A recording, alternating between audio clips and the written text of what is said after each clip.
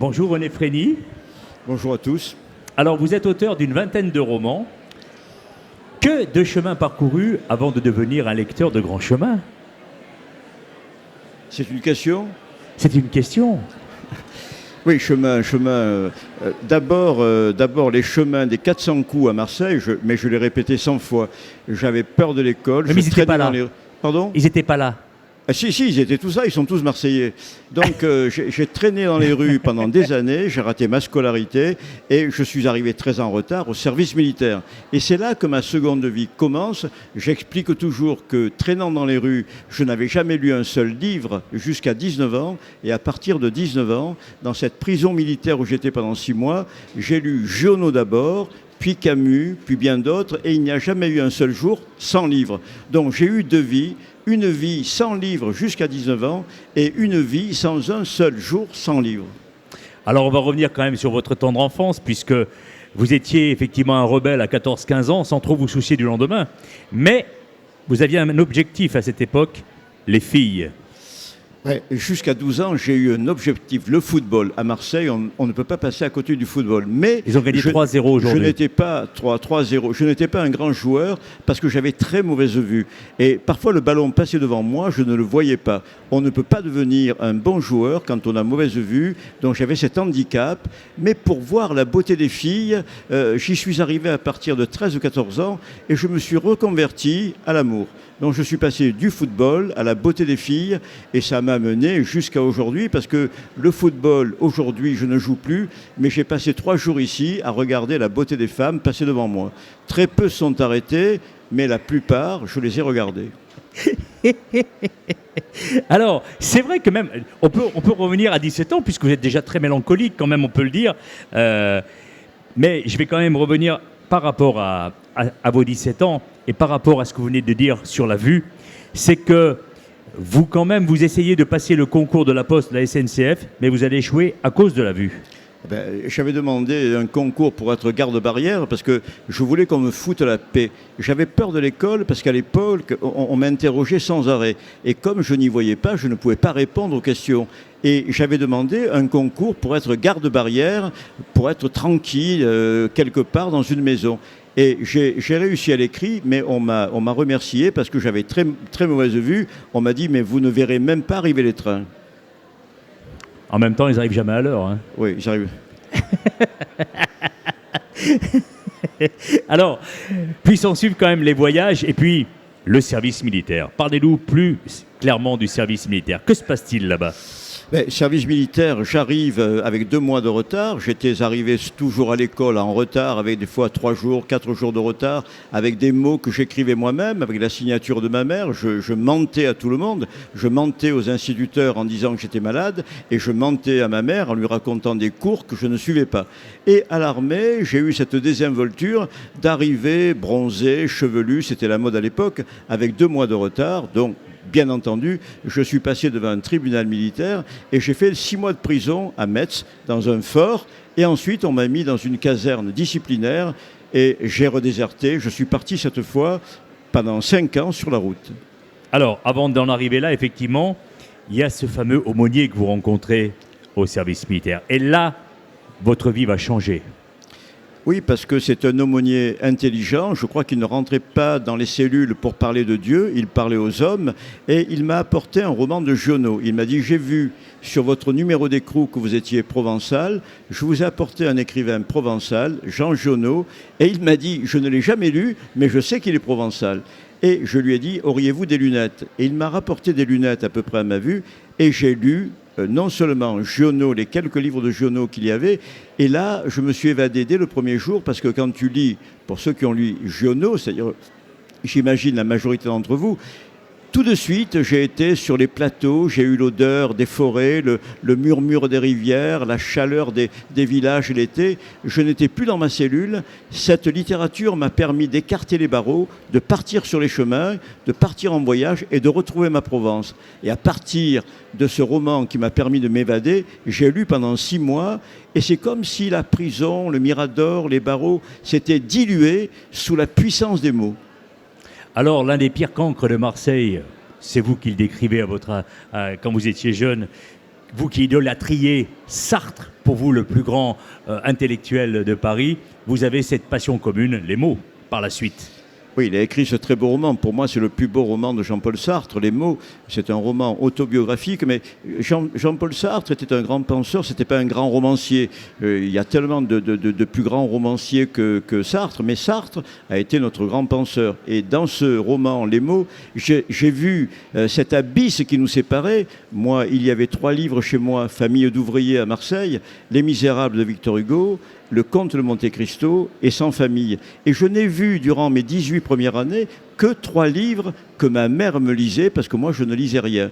Et quand j'ai vu dans ce livre Les mots magnifiques, ce petit enfant de 3 ans qui se couche à plat ventre dans la bibliothèque de son père et qui feuillette un livre qu'il ne sait pas encore lire, mais déjà il mime son grand-père, j'ai trouvé ça bouleversant. Mais j'ai compris aussi que nous étions d'un milieu diamétralement opposé. C'est une chance inouïe pour moi d'être ici aujourd'hui, d'être devenu écrivain, parce que autant ça a été naturel chez Sartre, autant chez moi, ça a été un combat de chaque jour pour écrire un livre, pour publier un premier livre, pour être invité ici.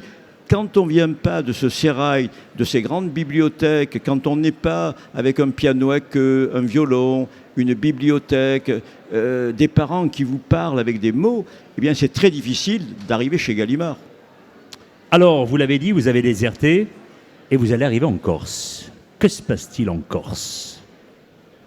Alors, je suis condamné à 3 ans de prison pour cette désertion. Et mon grand-père, qui arrivait de Corse au printemps chez nous, à Marseille, me racontait toujours des histoires de bandits corses qui fuient la police, qui fuient la gendarmerie et qui se réfugient dans le maquis corse. Et je me suis dit, puisque mon grand-père m'a dit qu'on ne retrouvait pas les bandits corses, je suis parti à Bastia. Mais arrivé à Bastia, je suis tombé sur cette ville ocre, rose, magnifique, et derrière, le maquis commençait. Mais je me suis dit, de quoi je vais vivre dans le maquis avec les cochons et les châtaigniers? Et je suis resté à Bastia. Et j'ai eu une chance inouïe. 1 heure après, alors que je devais avoir en francs l'équivalent de 4 ou 5 euros dans ma poche, j'ai bu un café au lait et j'ai trouvé du travail 1 heure après dans une boîte de nuit. C'était un gros voyou de l'époque, un Corse qui tenait une boîte de nuit. Et il m'a embauché comme vestiaire, c'est-à-dire j'ai accroché les manteaux. Oui, mais vous étiez un super danseur. Parce que ça, en tant que jeune élève étudiant, on va dire en tant que cancre de l'époque à Marseille, vous saviez très bien danser. Et ça vous a beaucoup apporté. Il a bien lu mon roman. Hein. C'était comme je n'allais pas à l'école, le lundi après-midi, j'allais danser dans toutes les boîtes de nuit de Marseille. Les coiffeuses ne travaillent pas le lundi et donc elles vont danser le bebop. Et tous les lundis, je dansais le bebop avec les coiffeuses de Marseille, qui sont les meilleures danseuses de Marseille. Et je retournais le vendredi, le samedi, le dimanche. Et je suis devenu un très bon danseur de bebop. Et quand Domingo Rafali, ce voyou qui m'avait mis au vestiaire pour accrocher les manteaux, m'a vu danser le bebop, il m'a nommé 10 jockeys et pendant 1 an, j'ai appris au Bastiaise à faire danser le bebop.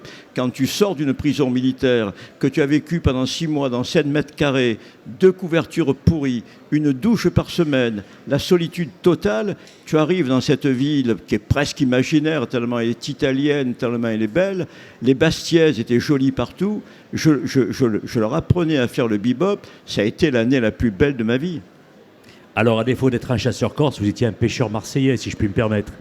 Ça, c'est pour l'anecdote. Alors, parlez-nous quand même de la suite, allez. La suite, je suis parti pendant 5 ans parce que j'étais recherché et puis ma mère me manquait tellement, j'avais besoin de la voix de ma mère, du sourire. Et je savais qu'elle vieillissait loin de moi, que ses cheveux blanchissaient à cause de moi. Et quand tu as une maman cette femme m'a aimé plus que tout et je l'ai aimé plus que tout. Je continue 30 ans après sa mort à lui parler tous les jours, que je sois dans une colline, ici, sur une route, je dialogue avec cette maman que j'ai adorée et que j'adore. Et donc, au bout de quelques années, j'étais sur les routes et ma mère me manquait de plus en plus. Et un jour, j'étais à Ankara, au cœur de la Turquie, je faisais du stop pour partir en Inde, m'éloigner le plus possible de la gendarmerie. Et je faisais du stop, c'était un dimanche, dans un quartier en construction, j'ai éclaté en sanglots. J'avais 20 ans, 22 ans, j'ai éclaté en sanglots, j'ai fait demi-tour et je suis rentré à Marseille en stop. Je me suis dit, je préfère aller en prison plutôt que de voir ma mère vieillir sans moi et de vieillir sans elle. Et je l'ai serrée dans mes bras, je crois, pendant 2 heures. On a pleuré tous les deux. Cette femme me manquait tellement que je préférais aller en prison que de m'éloigner d'elle. Ça s'applaudit. Alors, René Frény, vous êtes tellement humble que vous avez obtenu le prix des lecteurs du Var en 2022 pour donc ce livre, hein, Minuit dans la ville des songes, qui le mérite vraiment. Vous en avez été le premier étonné. Pourquoi ? Il y a des prix en France qui sont célèbres, le prix Goncourt, le prix Femina, et en général, ils sont réservés à quelques maisons d'édition, à ce qu'on appelle l'élite parisienne. Moi, je n'ai jamais été nommé dans ces prix-là, mais j'ai eu des vrais prix. Et le prix du Var est le plus beau des prix. C'est un prix démocratique. Il y a 165 médiathèques dans le Var. 165 médiathèques qui avaient sélectionné mes livres parmi d'autres, et il y a eu des milliers et des milliers de lecteurs. Et les lecteurs, que vous appeliez Tartampion, René Frény, on ne regarde pas votre nom. Si vous êtes parisien, manosquin, marseillais, on regarde le contenu d'un livre. Et c'est ça un vrai jury. C'est ça de vrais jurés. Ils vivent l'émotion, ils vivent le roman. Si ça ne leur plaît pas, ils ne votent pas. Et j'ai eu ce prix. C'est le plus beau des prix parce que c'est pas 10 jurés copains qui sortent du chapeau le prix Goncourt qui est planqué derrière le rideau et qui sait très bien depuis le mois d'août qu'il va avoir le prix. C'est pas le copinage, c'est pas le renvoi d'ascenseur, c'est pas le parisianisme, c'est des milliers et des milliers de Varois ou de gens d'ici qui votent pour un livre. Donc c'est le plus grand des prix, le plus démocratique, et tous les prix devraient être comme ça. Parce que vous soyez juré et que vous donniez le livre à un copain, c'est comme si dans un procès, vous étiez à la fois le juge et l'assassin. Si vous vous jugiez vous-même. Donc ce copinage, il est fatigant. Il y a 30 ou 40 ans que je l'observe. Je vois des copains qui écrivent très bien et qui n'arrivent pas à trouver un éditeur parce qu'ils sont isolés en province. Donc il y a des petits éditeurs ici. J'ai un copain qui est debout, là, c'est les éditions de l'Aube. Les éditions de l'Aube sont en Provence. Eux lisent les manuscrits parce qu'ils ne font pas partie de ce Gotha parisien. Donc il faut aller chez ces petits éditeurs qui lisent les livres et qui ne regardent pas si vous êtes un grand journaliste parisien ou si vous êtes un berger des Alpes. Si le livre est bon, il vous publie. Et donc voilà la critique que je fais de ce parisianisme. J'en ai souffert. J'ai mis 4 ans à publier un premier roman.